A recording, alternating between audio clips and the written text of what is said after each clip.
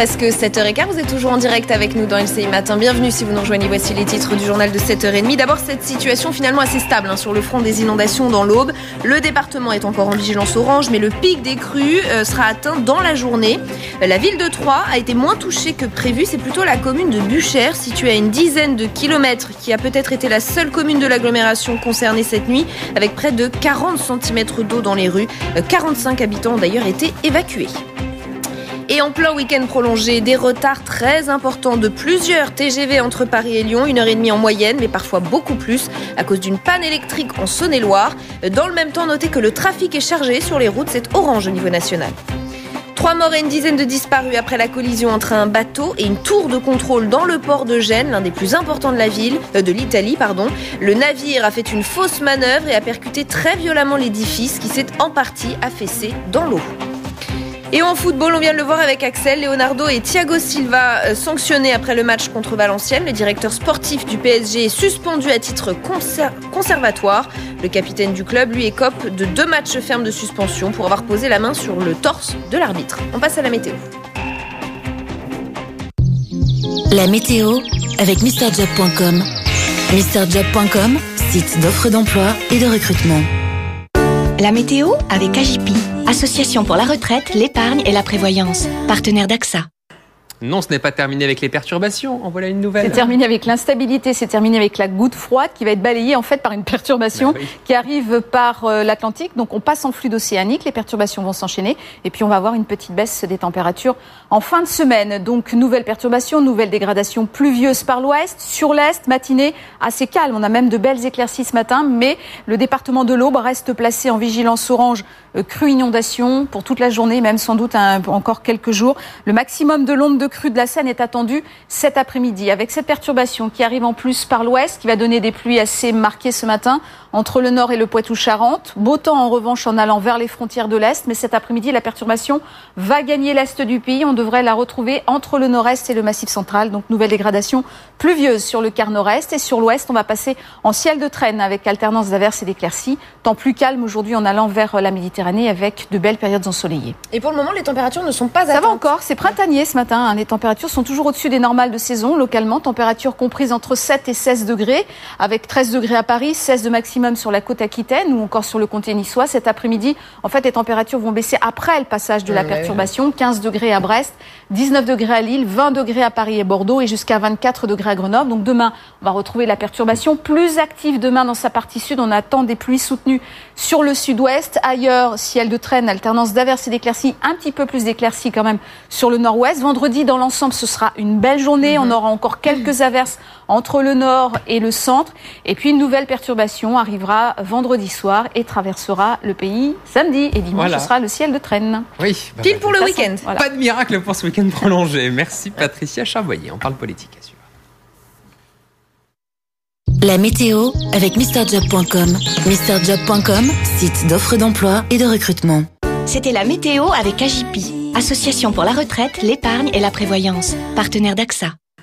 Politique, et on va donc parler d'une technique de campagne qui peut sembler peut-être dépassée, voire obsolète à l'heure des réseaux sociaux. Et pourtant, elle semble fonctionner, c'est le porte-à-porte, sonner chez les gens pour les inciter à voter, si possible pour le candidat que vous soutenez évidemment. Bonjour Guillaume Léger. Bonjour. Vous venez de coécrire Porte-à-porte, reconquérir la démocratie de terrain chez Kalman Levy. Alors avec 2 amis, c'est vous qui avez proposé notamment à l'équipe de François Hollande d'utiliser cette méthode, tout droit venue des États-Unis. Il faut le dire, comment vous en êtes arrivé à ce constat qu'il fallait utiliser le porte-à-porte ? Le porte-à-porte, en fait, c'est une façon différente de faire de la politique. C'est un peu ça dont on parle dans le livre. Quand on pense à la politique, on pense à ce qu'on voit à la télé, l'Assemblée nationale, au débat à l'Assemblée nationale, aux grands meetings pendant les campagnes. Donc ça, c'est une façon de faire de la politique. Puis il y a une autre façon de faire de la politique, qui est ce qu'ont fait 80 000 volontaires pendant la campagne de François Hollande, qui sont allés frapper à 5 millions de portes. Ils sont allés parler à des gens éloignés de la politique, en leur expliquant pourquoi eux pensaient que c'était quelque chose d'important.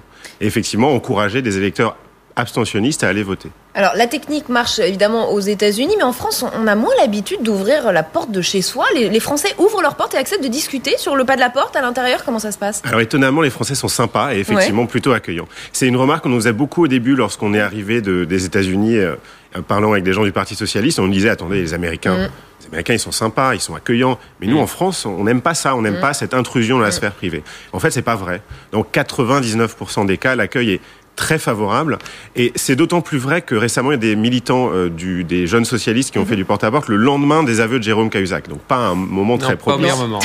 Et bien sûr, au début, la conversation est un peu tendue. Et en fait, au fur et à mesure, les gens se détendent. Parce qu'ils n'ont pas l'habitude qu'on vienne leur parler jusqu'à chez eux. Il faut imaginer qu'il y a plein de gens pour qui la politique, c'est un monde très éloigné, très distant, qu'on voit à la télé.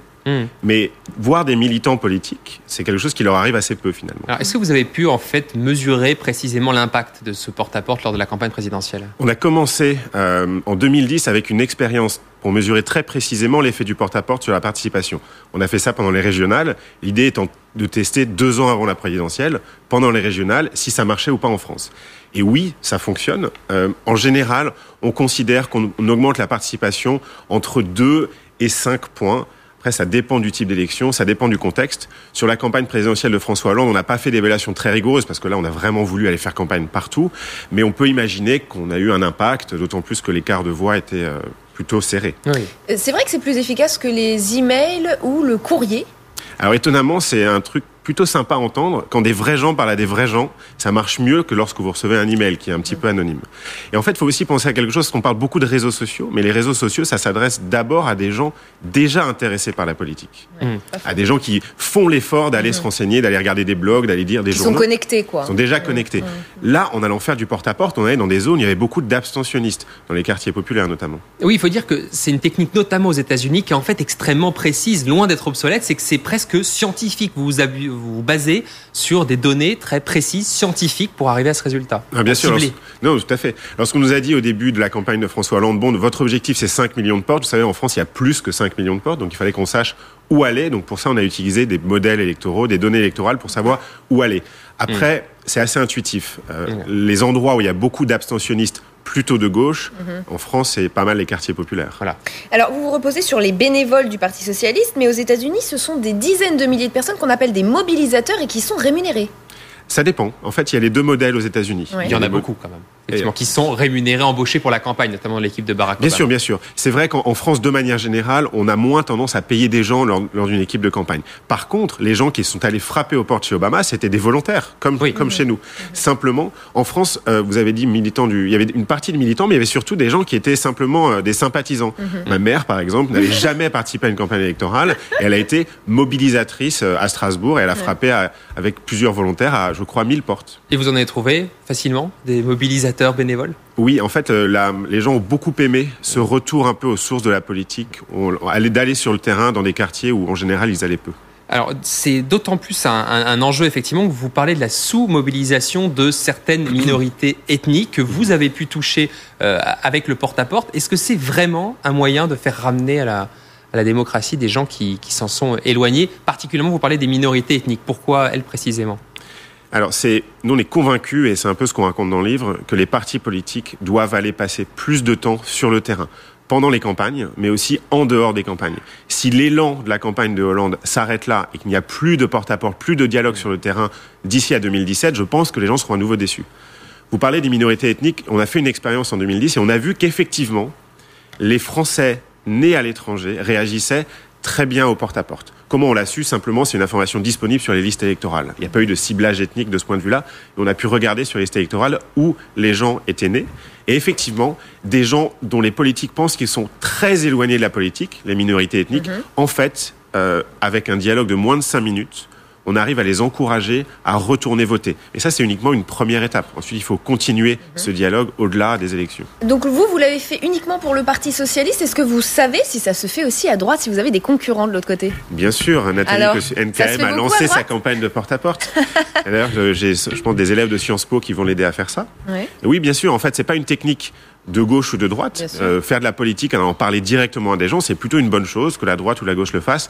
Nous, on est engagés à gauche depuis longtemps, c'est pour ça qu'on l'a proposé au Parti socialiste. Mais bien sûr, on n'a pas l'exclusivité du porte-à-porte.